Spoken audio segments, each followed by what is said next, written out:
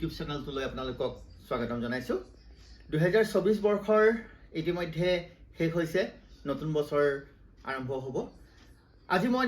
এটি নতুন ৰেচিপি লৈ আপোনালোকৰ মাজত উপস্থিত হৈছোঁ আহকচোন আজি আপোনালোকৰ বাবে মই প্ৰস্তুত কৰিবলৈ গৈ আছোঁ চিজি মলাই কুপ্তা আৰু আলু পৰঠা লগতে মই ব্যৱহাৰ কৰিম মূলা তাৰ বাবে মই লৈছোঁ বৰ্তমান এটা বন্ধাকবি মই গোটেইটো নলওঁ যদিও আধা ল'ম ইয়াৰ এইটো মই লৈছোঁ আপোনাৰ মূলা গাজৰ লৈছোঁ ধনিয়া লৈছোঁ জলকীয়া লৈছোঁ কেঁচা জলকীয়া আদা আৰু নহৰু লৈছোঁ পিঁয়াজ লৈছোঁ আলু লৈছোঁ লগতে আৰু মোৰ কিছুমান ইনগ্ৰিডিয়েণ্টছ থাকিব মই সেইখিনি আপোনালোকক পিছত জনাই আছোঁ এইখিনি মই চপ কৰি ল'লোঁ পনীৰখিনি বন্ধাকবি আৰু ধনিয়া গাজৰ আৰু কেঁচা জলকীয়া পিঁয়াজ গাজৰ ইয়াত নহৰু আদাও মিক্স হৈ আছে এতিয়া মই আলু অলপ বইল কৰিলোঁ আলু অলপ বইল কৰি মই ইয়াৰ এই পনীৰখিনি এড কৰিম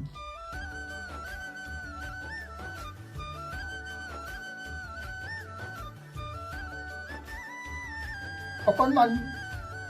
এচামুচ জলকীয়া পাউডাৰ এচামুচ ধনিয়া পাউডাৰ এচামুচ জিৰা পাউডাৰ এচামুচ জালুক গুড়ি সোৱাদ অনুসৰি নিমখ কচুৰি মেথি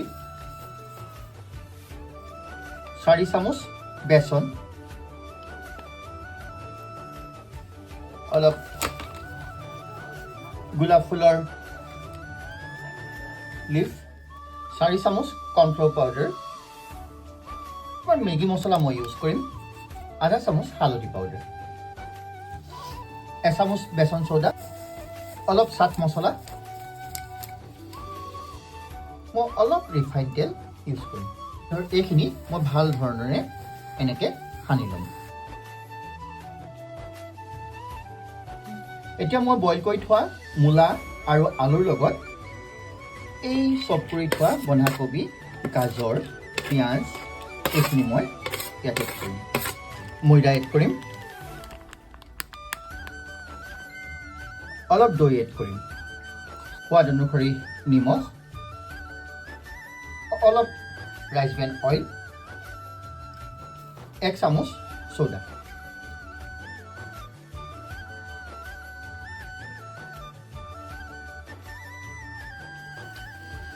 এটা মই সুন্দৰভাৱে ডো বনাই ল'লোঁ আৰু অলপ ইয়াত এতিয়া ওপৰত গৈ তেল এড কৰিম ৰাইচ ব্ৰেন তেল এড কৰিছোঁ মই আৰু অলপ দেৰি ইয়াত আমি এনেদৰে ৰাখি থ'ম মই ইতিমধ্যে আপোনালোকক দেখাইছোঁ যে মই এইটো এতিয়া কুপ্তা বনাম কুপ্তাটো মই ইতিমধ্যে প্ৰস্তুত কৰি উলিয়ালোৱে এতিয়া মই এটা এটাকৈ ৰেডি কৰিম মই দেখাই আছোঁ আপোনালোকক এতিয়া মই এটা এটাকৈ কুপ্তা ৰেডি কৰিম মই ইয়াত অলপ চুজি লৈছোঁ চুজিৰ লগত মই ইয়াৰ এনেদৰে প্ৰস্তুত কৰি ৰাখি ল'ম মই এনেদৰে কুপ্তাকেইটা ৰেডি কৰি ল'লোঁ এতিয়া মই এখন কেৰাহী গৰম কৰিছোঁ ৰাইচ ব্ৰেন তেল ইউজ মই এই কুপ্তাকেইটা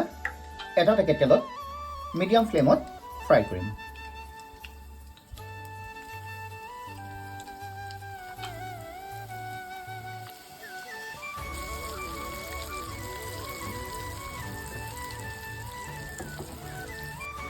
এতিয়া মই কেইটামান কাজু ল'ম মগজ ল'ম এয়া পপি চিডছ আফুগুটি ইতিমধ্যে আমাৰ কুপ্তাকেইটা প্ৰায় হৈছে ৰঙচুৱা পৰিছে এতিয়া মই অলপ তেল এড কৰিছোঁ লগতে মই অকণমান বাটাৰ ইউজ কৰিম 1 চামুচ বাটাৰ মেল্ট হ'বলৈ দিব এই মিক্সিত যিটো মিশ্ৰণ ৰেডি কৰি ৰাখিছিলোঁ মই এতিয়া ইয়াত এড কৰিম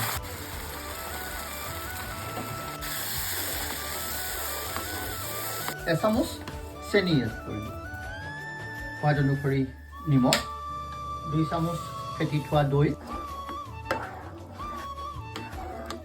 ইয়াত বিশেষ দিবলগীয়া বস্তু আৰু একো নাথাকে যিহেতু ইয়াত মছলা ব্যৱহাৰ নহয় মাত্ৰ অকণমান গৰম মছলাহে ব্যৱহাৰ হ'ব তাকো মই যিটো হোমমেড কৰি থওঁ তাৰহে মই মছলা অকণমান ইউজ কৰিম নামমাত্ৰ মছলা মই গৰম মছলা এড কৰিছোঁ মই আলু পৰঠাটো টেৱা এখনত দিছোঁ এতিয়া মিডিয়াম ফ্লেম ৰাখিব আৰু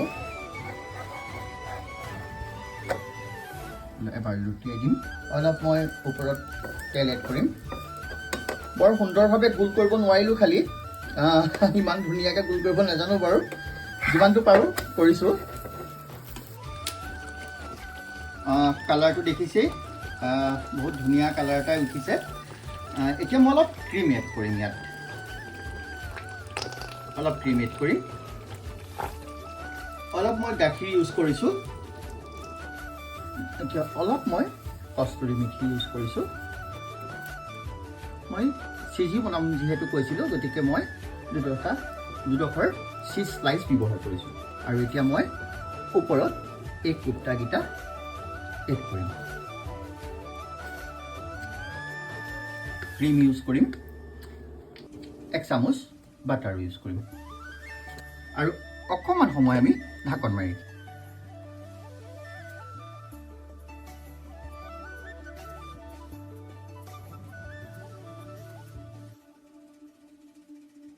আজি মই ৰেচিপিটো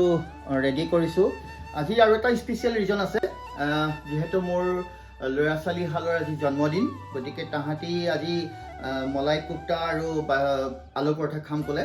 সেইকাৰণে মই প্ৰস্তুত কৰিলোঁ